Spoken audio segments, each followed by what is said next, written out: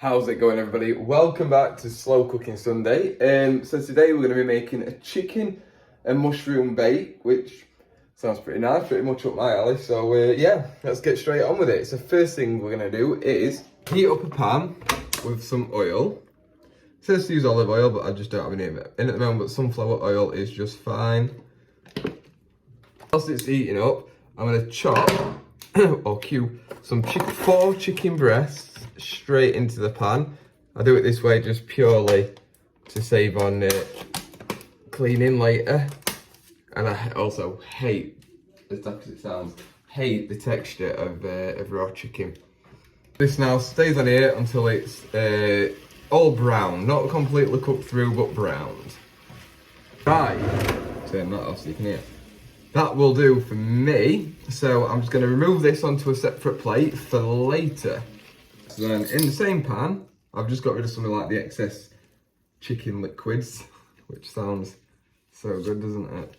And we want 2 tablespoons of butter now into here. That's 1. God, I didn't realise how low on butter I was. I swear I've got like 4 tubs the other day, it's all this baking and cooking. And 2. Right. Get off. There we go. Right, let's get that melting. So, in with this, we're going to add the chopped leek. So 1 chopped leek. I'm going to fry that for about 2 to 3 minutes. So I'm just going to make sure all the butter is, spread around, cooking all nicely. So that we can, actually make sure that there's nothing going to be missed out. There we go. It's right, you need 1/4 cup of flour, or what's that translated? 30 grams. I always use cups with things like flour, it's just easier than having to get scales out and things like that. And we're going to gradually add that onto the leeks. So I'm just using a small teaspoon just to so that I can do it gradually instead of accidentally clumping it all in. So whilst this is frying away, that's all I'm going to be doing now is just adding the flour in gradually. Right, so there we go. So as you can see, it's going quite crumbly, things like that. So now we're going to just remove it from the heat, like so. And we've got 525 mils of milk, which we're now going to gradually stir in until it's nice and smooth. So it's a bit hot still at the moment because it's not going to cool down immediately. Quite halfway through yet, but yeah, we're getting a really nice smooth paste. Every time I add milk, obviously it goes runny, and I'm just really thoroughly stirring it. I'm not stopping with the stirring at all, even when I'm adding the milk, just until it thickens up again, and then we repeat, more milk, straight in again. And we return it to the heat, and we're gonna get it, bring it to the boil, stirring continuously. And this is gonna thicken it up again, because obviously as you can see right now, very runny. Right, so now we can remove this from the heat, because it's thickened up enough. Well, I believe so anyway. And now we're gonna add everything else into it.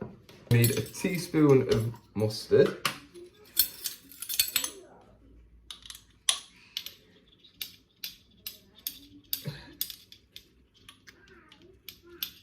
There we go.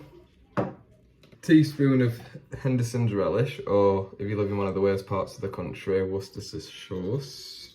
A large carrot, 225 grams of button mushrooms, obviously all cut and sliced up, and then add your chicken back in as well, like so. And then obviously you just need to mix it all really well together. So now that that's all seasoned together, mixed together, you just want to season it with some salt and pepper. It's to taste, but obviously I don't recommend actually tasting it at this point. But you can always add more later. Now you want to layer the bottom of the slow cooker with some sliced potatoes. So as I should have said earlier, you need 900 grams of those. Turn your slow cooker onto high.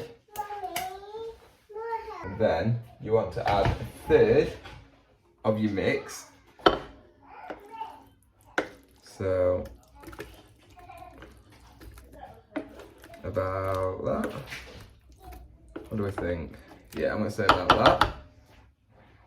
Obviously, then just spread it out, smooth it out, like so. So then we're gonna line it, obviously again, with potato to cover that up. Let's just show you how. So just easy as anything, doesn't need to be too neat. And then we're just going to keep repeating this. So then it'll be the second third potato, the third, and then one more layer of potato on top. Okay, so there we go. That is the last one. So it's completely covered now, all layered up. So now we just need to cover it and cook it, like I said, on high for 4 hours. Okay, so here we go. It's definitely cooked. We just need to get it dished up and have a proper look at it, I guess. Okay, so it's made loads, to be fair. It's fed 4 of us, and there's still some left over for tomorrow. Like I say, presentation is not key because you kind of don't have a choice but to just slot this on. But the main thing is, how does it taste? Right, so I've tried to get a little bit of everything. Still hot because obviously it's just come out.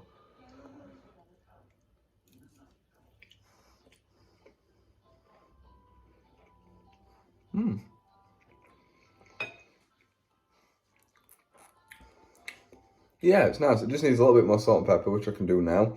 I'm going to put a bit of Parmesan on it though as well, and probably a splash more Henderson's. But other than that, it's all good. And I would recommend making it, yeah.